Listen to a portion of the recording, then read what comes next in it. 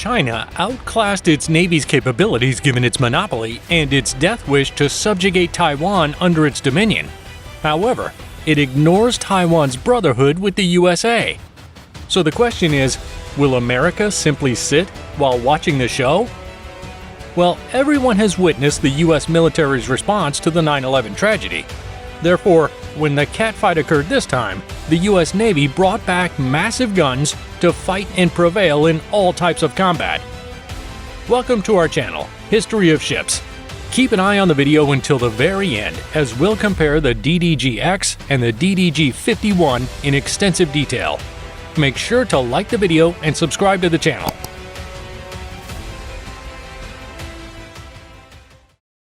The DDG-X, a Next Guided Missile Destroyer program, will be the beast in the ocean thanks to its FLT-3 fighting system and 96 standard vertical launch vehicle.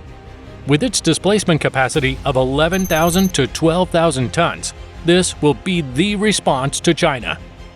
This is likely to be one of the outstanding accomplishments of this century since it is predicted to be built in 2030. Are you confused? Let's clear the haze. With its ASA 3D radars and upgraded warfare system, the AN Spy-6, the USA is flash-slapping China. Having a budget of $195.5 million, DDG-X is going to replace Aegis and Ticonderoga-class cruisers. The news that China will increase the number of its ships by 400 in the next 3 years, concentrating on surface combatants, is terrifying. Chinese military might, according to reports from the Pentagon, is looking forward to new multi-role systems that may provide them with more anti-submarine weapons and sensors. In response, the United States Navy began developing a battleship flight design with a 39% capacity increase over the DDG-51. Let's start from the beginning. On July 4, 1991, the USS Arleigh Burke was given its first commission. It certainly seems that the Navy needed a more modernized weaponry package when compared to the preceding DDG-51, which was constructed on September 16, 1989. The out-of-date standards are being used while specifically evaluating the laser technology, missile weaponry, and expanded sensor capacity of the DDG-51. However, they intend to complete the services of the ship by the end of the 2020s. The next battleship had to meet the demands for increased power generation and more space for missiles and sensors that could detect an enemy attack from miles away. This is when DDG-X enters the picture. The Navy at one time pulled in the nation's smartest minds and began attacking every issue after receiving permission on its bid for manufacture last year. Keep watching as we go over each distinction in detail. Beginning with speed, which is always the most lucrative category, we continue to hold out hope for the best despite the numerous reports that the DDG-X's nature and size may force its speed to be reduced to 18 knots. But thankfully, the Navy is using the integrated power system for propulsion. Hence, it can easily attain a top speed of 30 knots. The propulsion system of the next-generation battleship will have a range improvement of 50% and a station scheduling increase of 120%. This is in contrast to the country's current fleet of Navy destroyers.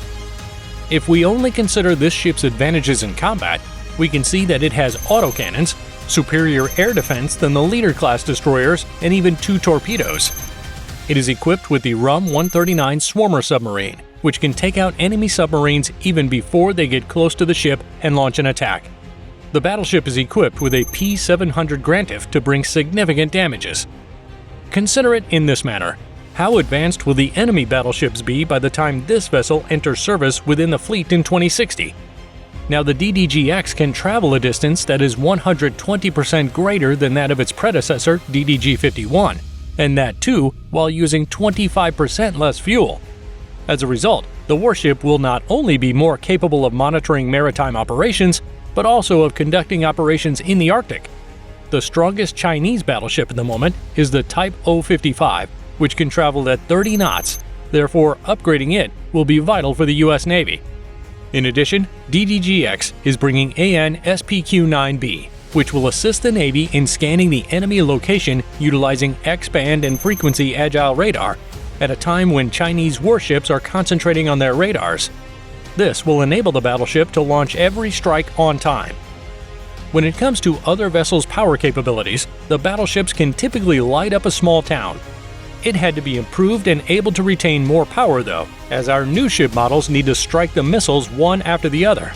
For DDG-X, Northrop Grumman is currently working hard to develop one of the best battleship prime power sources for DDG-X. It will also enable the inclusion of more plug-ins, such as a laser weapon or even a battery, says Bob Saka, director of the Power and Control Systems Unit, who talked exclusively to Defense News.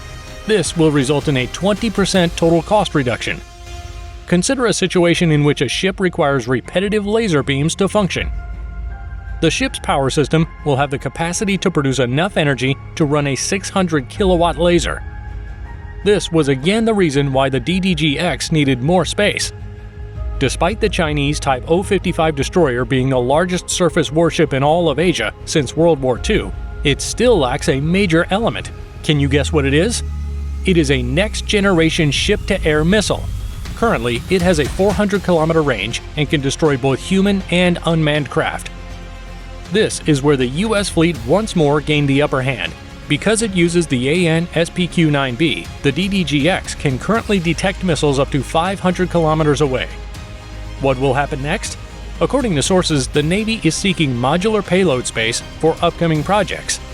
As Catherine Connolly, the Deputy Program Manager, quoted, "We will use the proven combat system from the Flight 3 ship, so we are designing the ship with the flexibility and the margins to accommodate the future of the Navy and the needs for where we're going."